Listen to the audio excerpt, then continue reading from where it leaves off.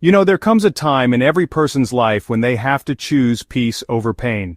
When they've fought the good fight, opened their heart, tried to make amends with people who keep slamming the door in their face, and finally realize, enough is enough. And for Prince Harry, that time may have finally arrived. Hey squad, it's time we sit down and talk. Not with anger, not with sadness, but with truth. Because truth is, what's been on trial in Prince Harry's life for years now. And the verdict is in. Not from a courtroom, but from reality. Harry has outgrown the broken, bitter system he was born into, and every moment he spends trying to mend something so toxic, so calculated, so cold, it only costs him more peace. Now let's just tell it like it is. This isn't about a prince running away from duty. This is about a man trying to save his life, his wife, and his children. This is about a man who saw the royal machine coming for his family the same way it came for his mother, and said, "Not this time." He stood up. He spoke out. And for that, they punished him, they mocked him, they isolated him, they leaked stories to the press, they painted him as unhinged, ungrateful, unworthy, but what they couldn't paint over was the truth. We all saw it.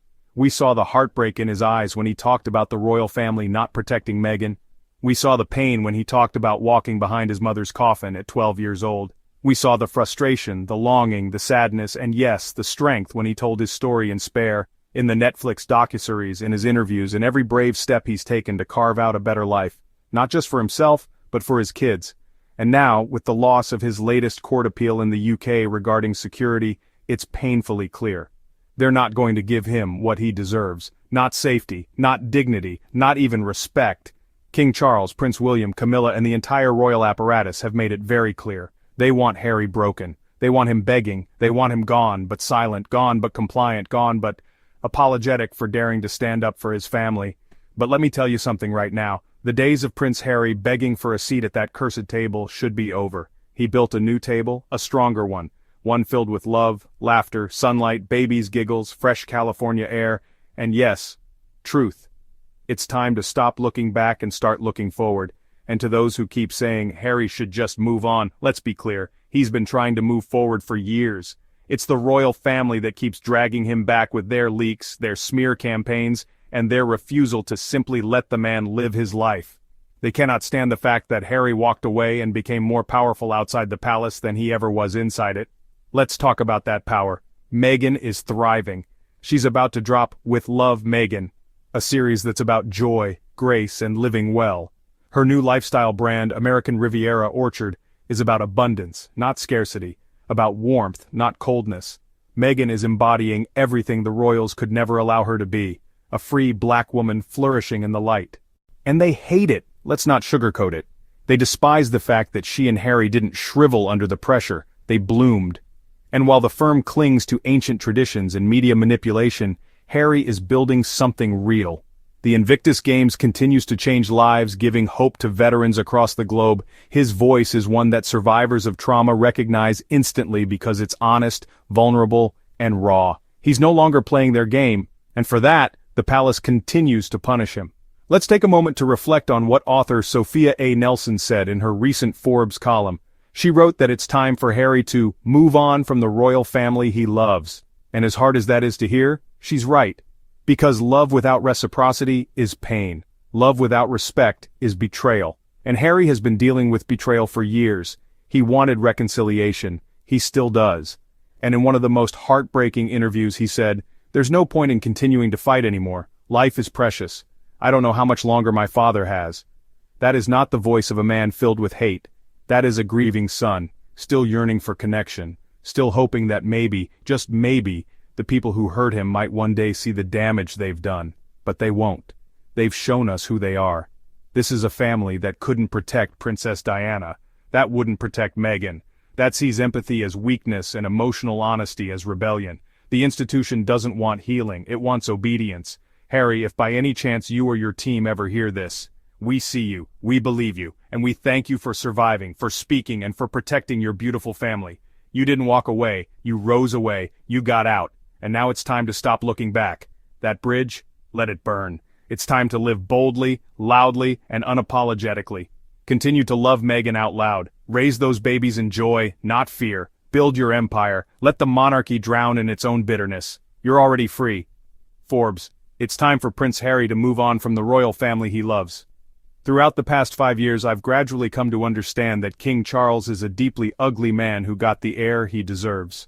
Prince William and Charles found commonality in one profound way: their joint hatred of Prince Harry, Harry's wife and Harry's children, and their desire to destroy Harry and everything he loves. William and Charles have shown Harry time and time again of their hatred for him. Harry still refuses to see the worst in them. He still believes that there can be some kind of reconciliation. Even more than that, he wants to reconcile with his violent, hateful brother and the father who left the Sussexes in mortal danger. While I applaud Harry for getting his story out there and refusing to go down quietly, I simply don't understand how he can continue with this kind of masochism, to keep putting himself out there, to continue to seek to rebuild the bridges which should have been burned down years ago. Forbes published a column by author Sophia A. Nelson called, "Dear Harry, Time to Let Go of the Family That Keeps Letting You Down." I agree with all of this. I feel for Prince Harry with the loss of his legal appeal on his security protection case in the UK, but now that he has fought the good fight, done his best to protect his wife and children and himself, in my humble opinion, he needs to let it go. It is time to move on from the royal family he loves.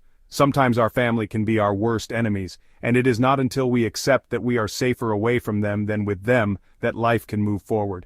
Trust me, I know what I speak. I have written about my generation's deep, dysfunctional family journey in 3 of my 4 books and in countless columns over the decades. My healing journey has only driven us further apart, not closer together as I had once hoped. Candidly, some people like things the way they have always been. They like secrets. They like avoiding and denying, they lack accountability for the pain they have caused, and they expect those of us who suffered that pain to remain silent.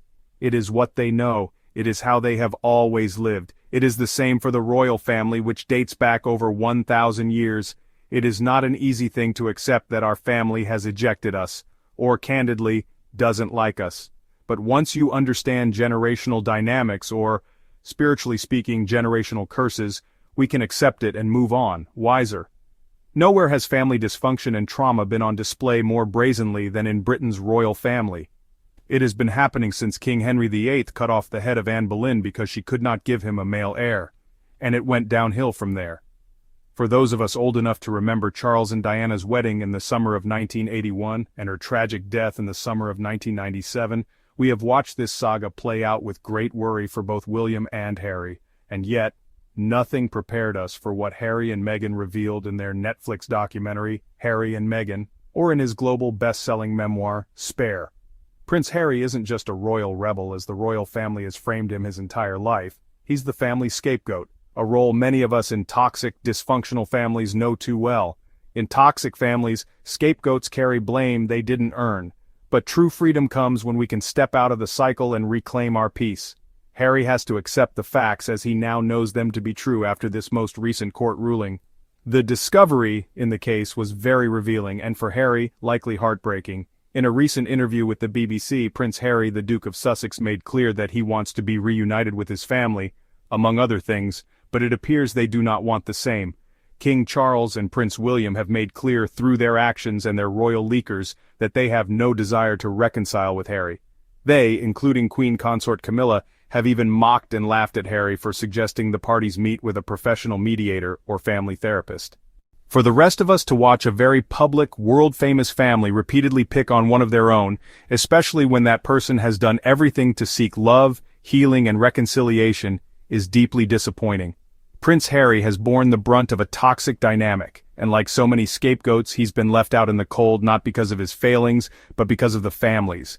It sounds just like what they did to his mummy, Princess Diana. How sad that instead of learning from the past, the royals seemed hell-bent on repeating it.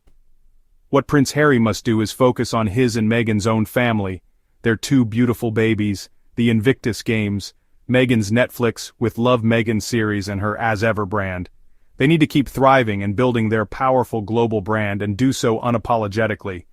Wanting reconciliation with those we love is natural, but it takes 2. Both parties have to want it or it will never work.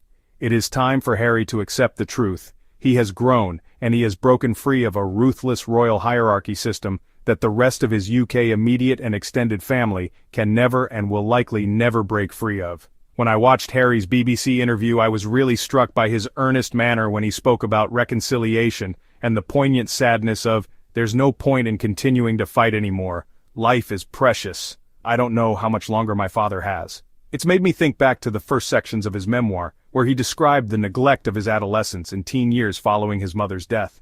The neglected child, now a 40-year-old man, yearning for a connection with his only living parent. Only that living parent wants to sadistically punish him for leaving, for speaking his truth, for reminding the world of Harry's mother. Yeah, Harry needs to move on and move forward, completely cut his ties as much as possible with everyone in the UK. Easier said than done, sure. I hope that the loss of this appeal was the final nail in the reconciliation coffin though. And to every member of the Royal Sussex Squad watching or listening right now, I need you to do something powerful. I need you to stand up for Harry and Meghan louder than ever. Because when the media tries to silence them, we become their megaphone. When the tabloids try to drag their names through the mud, we lift them higher. If this message resonates with you, if you believe in truth, healing, and black excellence, then I'm asking you right now, hit that like button. Subscribe to the channel if you haven't already. Drop a comment. Share this with someone who needs to hear it.